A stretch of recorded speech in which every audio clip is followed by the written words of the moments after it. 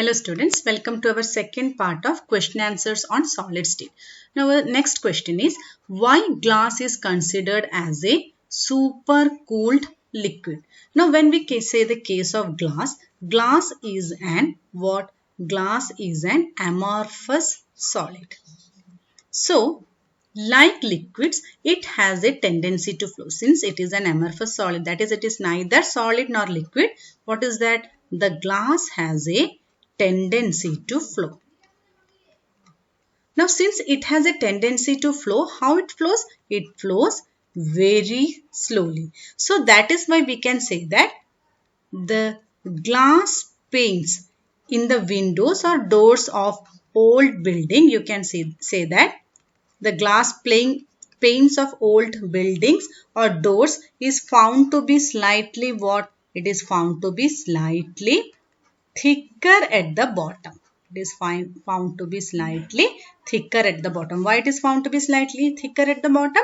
Because of the property of glass. What is that? It acts as a supercooled liquid. That means it is an amorphous solid, and like liquid, it has a tendency to flow. Now this question can be also asked as, why does the window glass of old buildings look thicker at the bottom? The answer is same. Why? It is because of the amorphous property of this what? Of this glass. Now when we say the amorphous property, we can classify it as, the classification of solids can be of two types. One is our crystalline solid and the next one is our amorphous solid. So, it can be classified as crystalline solids and amorphous solids. So, if we differentiate between the two, in the case of crystalline solid, the constituent particles are arranged in a regular manner. Whereas in the case of amorphous solid, they are not arranged in what? They are not arranged in any regular fashion. Not arranged in any regular fashion. But the main important difference between crystalline and amorphous solid are, the crystalline solids are anisotropic in nature and the amorphous solids are isotropic in nature. Now, what is the difference between this anisotropy? There are many differences between the crystalline and the amorphous solid, but one of the important differences is the crystalline solids are anisotropic in nature, whereas amorphous solids are isotropic in nature. Now, when we say about this anisotropy and isotropy, let us first consider the case of amorphous solid. So, in the case of amorphous solids, the properties like electrical conductivity, refractive index, thermal expansion, they are identical. I stands for what? They are identical in all directions in the case of isotropic or in the case of amorphous solid. So this property is called as isotropy, and the substances showing this property are called as what? Isotropic. On the other hand, if we consider the case of crystalline substance, these properties, what are they? Electrical conductivity, refractive index, thermal expansion, they have different values in what? They will have different values in different direction. And this property is known as what? This property is known as anisotropic property. Now let us do a numerical. Silver forms CCP lattice, cubic close packing lattice, and X-ray studies of its crystal show that the edge length of the unit cell is 408.6 picometer. We have to calculate the density of what? Silver. What is given in our question? The atomic mass for silver has been given. Now in this question, we are asked to find out what? We have to find out the density of the crystal. Now, what is the formula for the density? For any element, the density of the unit cell and the density of crystal is represented by the formula density is equal to Z into M by A cube into N0 into 10 to the power of 30. So this is the formula that you have to remember to calculate density.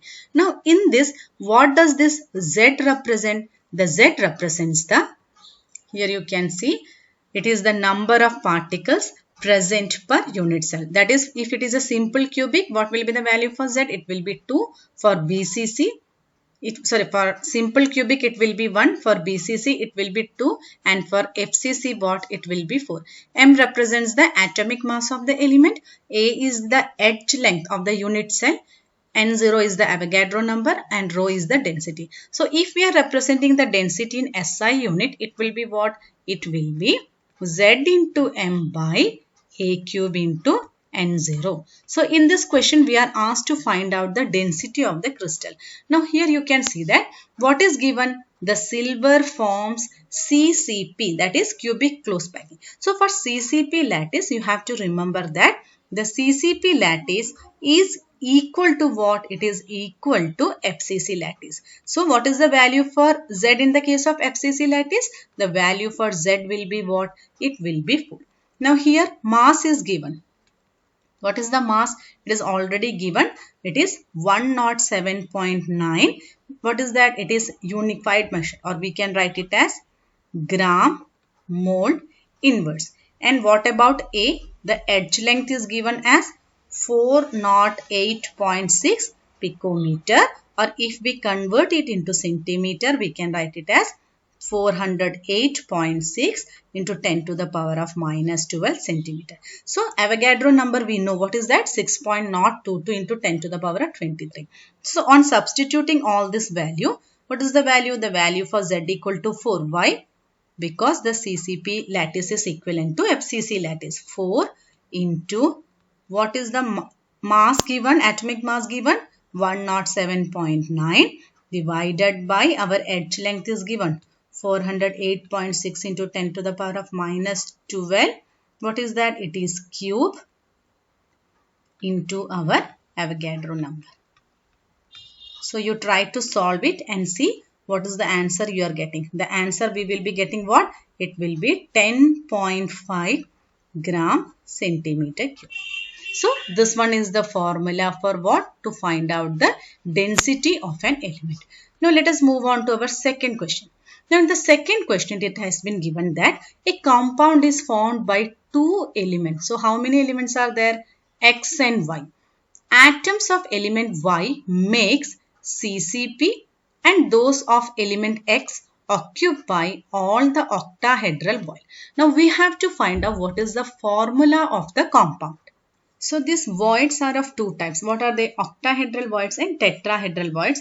In the case of octahedral void, it is surrounded by what? It is surrounded by 6 spheres. So you have to remember that the number of octahedral void is equal to what? Number of particles present in close packing, and the tetrahedral void is given as 2 into number of octahedral voids. So in a cubic closed pack structure, that is HCP or CCP, there are two types of voids, octahedral and what? Tetrahedral void. So by knowing this fact, that is the number of octahedral voids and number of tetrahedral voids, we can calculate the formula of any compound. Now coming to our question, what is given that a compound is formed by two elements X and Y. Atoms of element Y makes CCP. So we can say that let's suppose the number of, let us take suppose the number of atoms.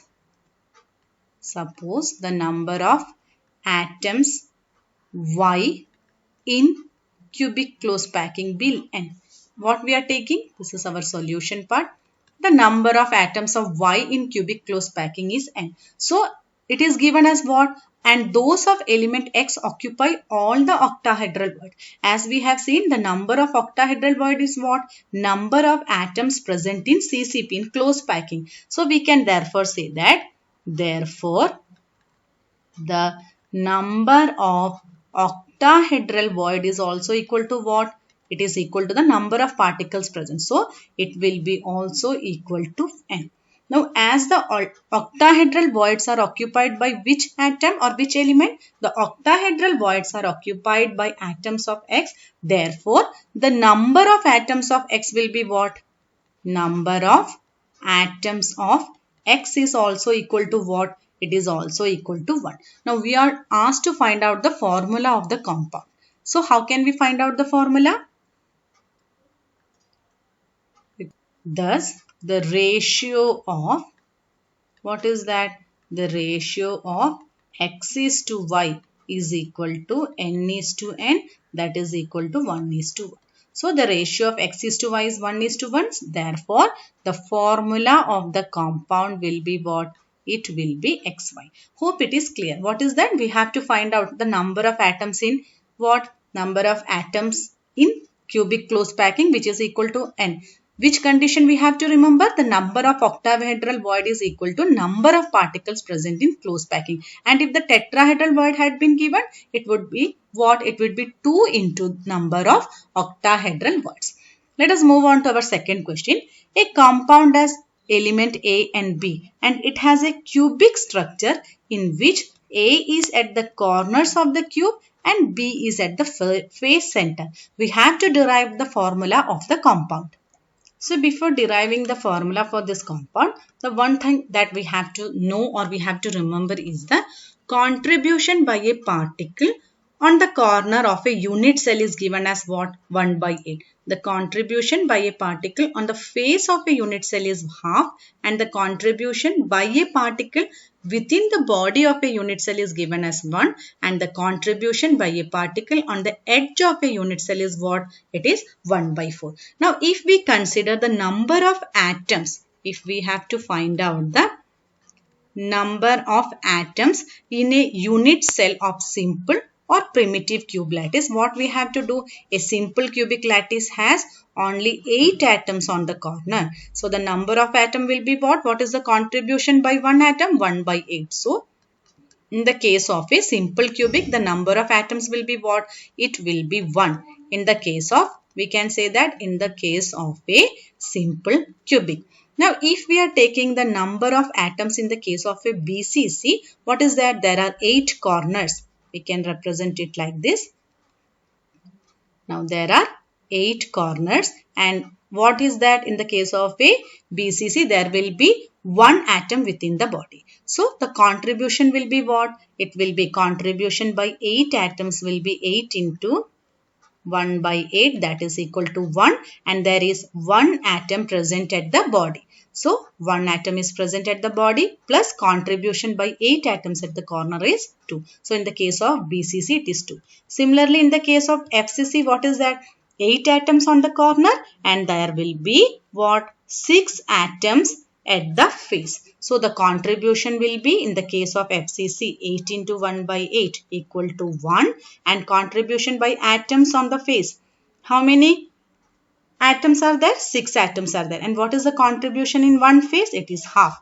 So, it is 3. So, the number of atoms in the case of FCC is what? It is 1 plus 3, that is equal to 4. So, you have to remember these things. Now, let us move on to our problem.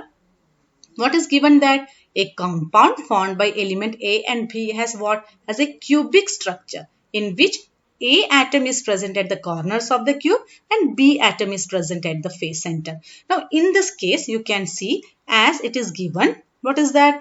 The A atom is present at the corner. So, how many corners are there?